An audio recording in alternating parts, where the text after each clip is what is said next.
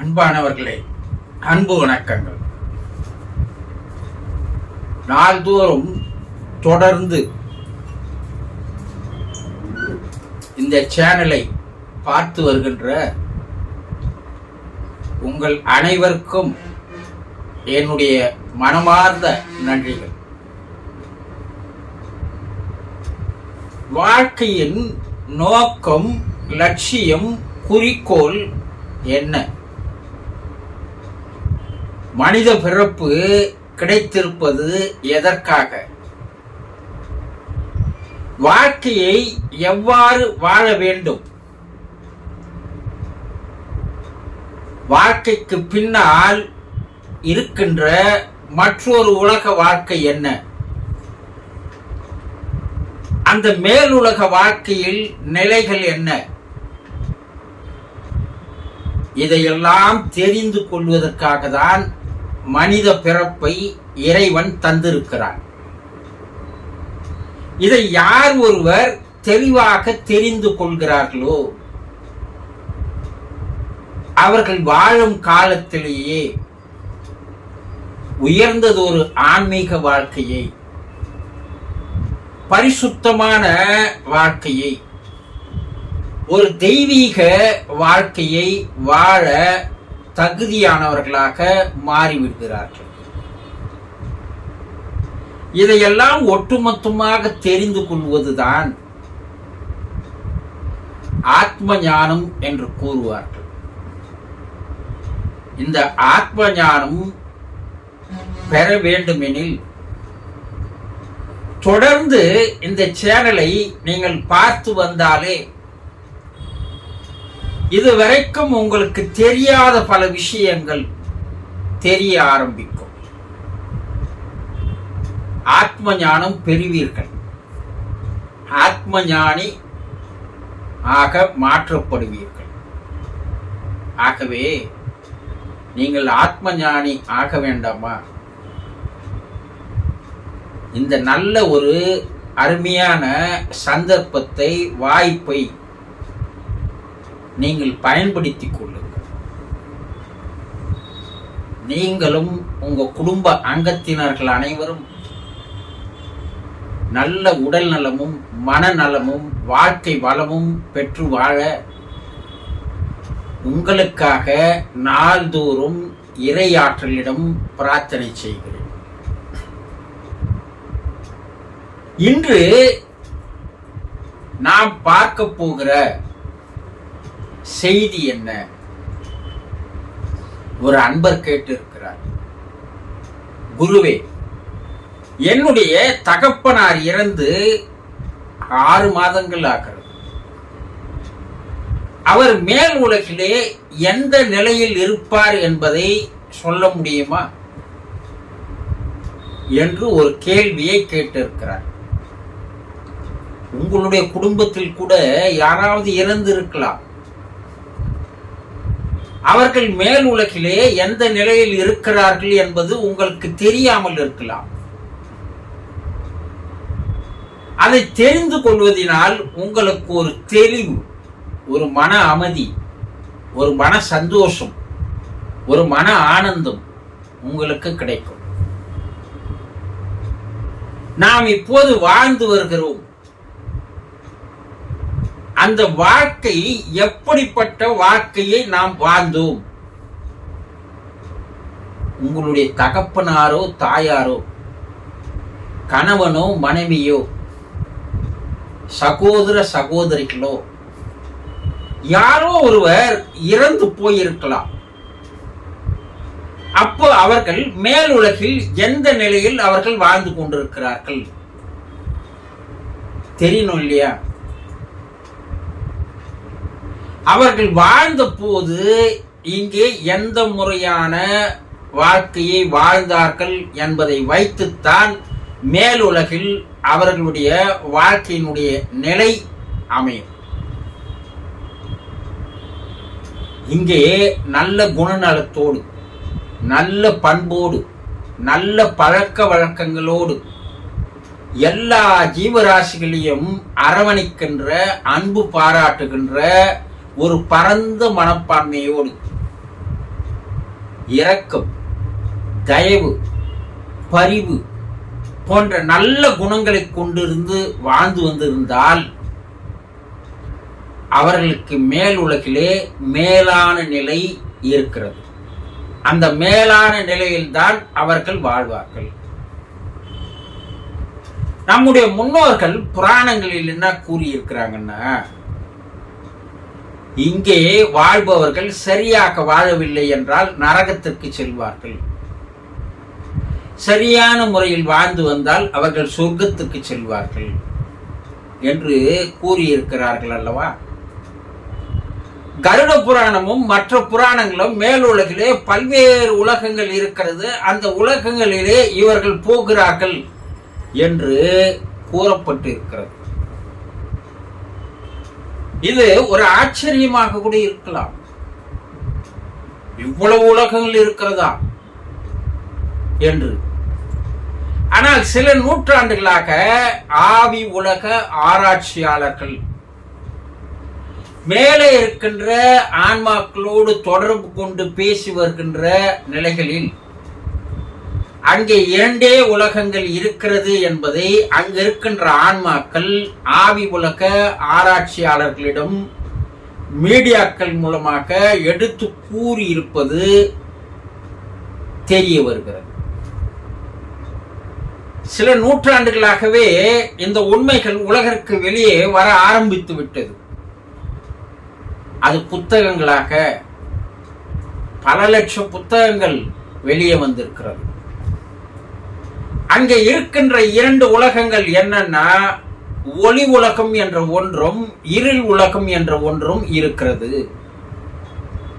இந்த ஒளி உலகத்தை தான் நம்முடைய முன்னோர்கள் சொர்க்கம் என்றார்கள். இருள் உலகத்தை தான் நம்முடைய முன்னோர்கள் நரகம் என்றார்கள். அங்கே இருக்கின்ற அந்த ஒளி உலகில் 3 நிலைகள் இருக்கிறது, இருள் உலகிலும் 3 நிலைகள் இருக்கிறது. அந்த 3 நிலைகளை என்ன சொல்கிறார்கள் என்றால், த லோயர் ஸ்டேஜ் என்ற ஒன்றும், மீடியம் என்ற 2ம், ஹையர் ஸ்டேஜ் என்ற 3 நிலைகள். கீழான நிலை, நடுநிலை, மேல்நிலை. ஒளி உலகிலும் கீழான நிலை இருக்கிறது, நடுநிலை இருக்கிறது, மேல்நிலை இருக்கிறது. நரகத்திலும் இருண்ட உலகிலும் கீழான நிலை, நடுநிலை, மேல்நிலை இருக்கிறது. ஒருவர் இந்த பூமியில் வாழும் பொழுது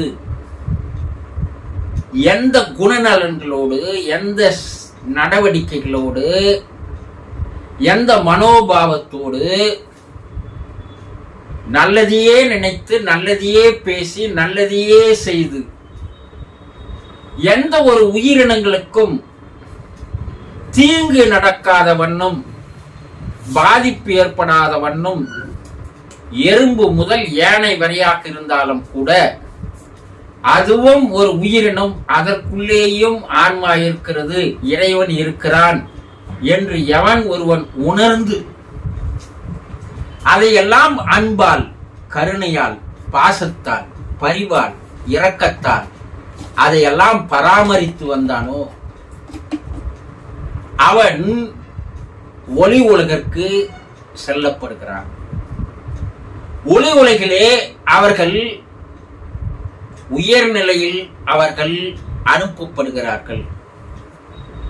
இந்த ஆன்மா, இந்த உயிர் இங்கிருந்து போகும்போது அங்க நியாய தீர்ப்பு நாள், ஜட்ஜ்மெண்ட் டே என்ற ஒன்று இருப்பதாக எல்லா மறைநூல்களிலும் உலகில் எழுதுகிறார்கள். அங்கே போன பிற்பாடு அவர்கள் இந்த உலகில் வாழ்ந்த வாழ்க்கையினுடைய தரத்தை வைத்து அவர்களுக்கு எந்த இடத்தில் அவர்களை அனுப்புவது என்று அங்கேதான் முடிவு பண்ணி அந்த உலகிற்கு அங்கே அனுப்பப்படுகிறது. வாழும்போது சுயநலமாக மற்றவர்கள் எல்லாம் வஞ்சித்து, மற்றவர்களே ஏமாற்றி, மற்றவர்களுக்கு துரோகங்கள் செய்து, மற்றவர்களுடைய சொத்துக்களை பிடுங்கிக் கொண்டு, மற்றவர்களிடம் லஞ்சங்களை வாங்கி கோடி கோடியாக சேர்த்து கொண்டு, பாவத்தையே தினந்தோறும் தன்னுடைய வங்கி கணக்காக சேர்த்துக் கொள்கின்ற ஒருவன் இருக்கிறான் என்றால் அவர்கள் இருள் உலகிலே கீழான நிலைக்கு அனுப்பப்படுகிறார்கள். அங்கே அவர்கள் படாத துன்பங்கள் இல்ல, படாத கஷ்டங்கள் இல்ல, அவர்கள் பெரும் துன்பத்துக்கு ஆளாகிறார்கள், கஷ்டத்தை அனுபவிக்கிறார்கள் என்று கூறுகிறார்கள். இன்னைக்கு 199 பேர் அந்த வாழ்க்கையை தான் வாழ்கிறார்கள். அது எல்லா அரசியல்வாதிகளுக்கும் அது பொருத்தமாக இருக்கிறது. தான் மட்டும் நல்லா இருக்கணும், தான் குடும்பம் மட்டும் நல்லா இருக்கணும், மற்றவங்க எப்படி போனாலும் பரவாயில்ல, மற்றவங்க எப்படி வாழ்ந்தாலும் பரவாயில்ல, மற்றவங்க செத்தாலும் பரவாயில்ல, மற்றவங்களை பற்றி எனக்கு எந்த விதமான கவலையும் கிடையாது, பேசுவதெல்லாம் பொய், செய்வதெல்லாம் பித்தலாட்டம் இல்லையா, கண்கூடாக எல்லாம் பார்த்து வரும்ல. இவர்களுக்கெல்லாம் நிச்சயமாக இருள் உலகில் கீழ்த்தரமான நிலையில் அவர்கள் அனுப்பப்படுகிறார்கள். அப்ப நம்ம குடும்பத்துல யாராவது வந்து தெரிந்தோ தெரியாமலோ சில தவறுகள் செய்திருக்கலாம், அது மனித இயல்பு இல்லையா?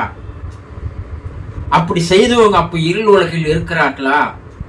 இருக்கிறார்கள். அங்க இருப்பவர்கள் இருள் உலகில் படுகின்ற துன்பங்களிலிருந்து விடுதலை பெறுவதற்கு உங்களால் சில காரியங்களை செய்ய முடியும். அவங்களை அந்த இருள் உலகில் இருந்து கீழான நிலையிலிருந்து நடுநிலைக்கும் மேல்நிலைக்கும் கொண்டு செல்வதற்கும், மேல்நிலையில் இருப்பவர்களை ஒளி உலகத்திற்கு கொண்டு செல்வதற்கும் உங்களால் முடியும். என்னன்னா, இறைவனிடம் நீங்கள் மனமுவர்ந்து பிரார்த்தனை செய்ய வேண்டும். என்னுடைய கணவர் இறந்து விட்டார், அவர் மேல் உலகில் எந்த நிலையில் இருக்கிறார் என்று எனக்கு தெரியவில்லை, எங்களை எல்லாம் அன்பாக அவர் பார்த்து கொண்டார், அவர் சுயநலமாக கூட வாழ்ந்திருக்கலாம், தெரிந்தோ தெரியாமல் கூட கடவுளே தவறு செய்திருக்கலாம், அதற்காக அவருக்கு இருள் உலகில் தண்டனையை தந்து விடாது. அவரை தயவு செய்து மனமுவந்து அந்த இருள் உலகிலிருந்து அவரை மேல் உலகிற்கு ஒளி உலகிற்கு அவர்களை அழைத்து செல்லுங்கள் என்று அந்த குடும்பத்தில் இருப்பவர்கள் நாள்தோறும் பிரார்த்தனைகள் செய்து வந்தால்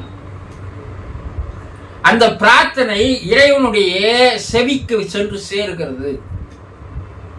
இந்த மனிதனுக்காக இவ்வளவு பேர்கள் பிரார்த்தனை செய்கிறார்கள், அதற்காகவாவது அந்த மனிதனுக்கு மேல்நிலையை தரலாம் என்று இறைவன் நினைத்து மேல்நிலைக்கு உயர்த்துகிறான் என்று ஆவி உலகில் இருக்கின்ற ஆன்மாக்கள் நேரடியாக மீடியங்கள் மூலமாக தெரிவிக்கின்றன. இந்த குடும்பத்தில் இருப்பவர் ரொம்ப கஷ்டப்படுறாருங்க, இருள் உலகில் ரொம்ப துன்பத்தில் இருக்கிறாரு, அந்த குடும்பத்தில் இருக்கிறவங்களை பிரார்த்தனை செய்ய சொல்லுங்க. அந்த பிரார்த்தனை தான் அவர் அந்த இக்கட்டான சூழ்நிலையிலிருந்து, அந்த துன்பத்திலிருந்து, கஷ்டத்திலிருந்து விடுபட செய்யும் என்று மேலே இருக்கின்ற ஆன்மாக்கள் கூறுகிறது. இது 100% உண்மை என்பதை முதலில் நம்புங்கள்.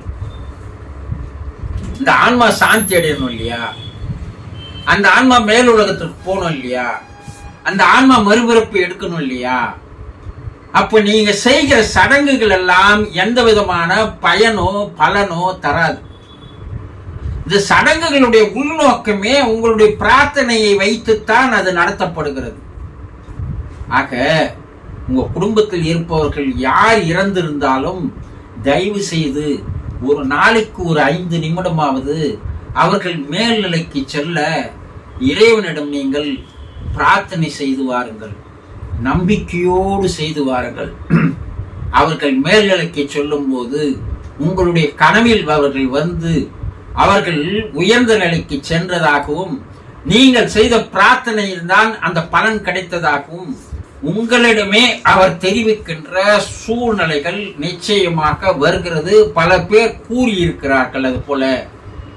ஆக மேல் உலகில் இருக்கின்ற இறந்தவர்கள் எந்த நிலையில் இருந்தாலும் அவர்கள் அந்த துன்பங்களில் இருந்து விடுபட்டு ஒளி உலகிற்கு செல்வதற்கு உங்களுடைய பிரார்த்தனைகள் தான் முழுமையாக பயன்படுமே தவிர வேறு எதுவும் பயன்படாது என்பதை நன்றாக தெரிந்து கொண்டு இன்றையில் இருந்தாவது ஒரு 5 நிமிடம் இறைவனிடம் பிரார்த்தனை செய்யுங்கள். அந்த ஆன்மா சாந்தி அடையட்டும். தெரிந்து கொண்டீர்களா? சந்தோஷம்.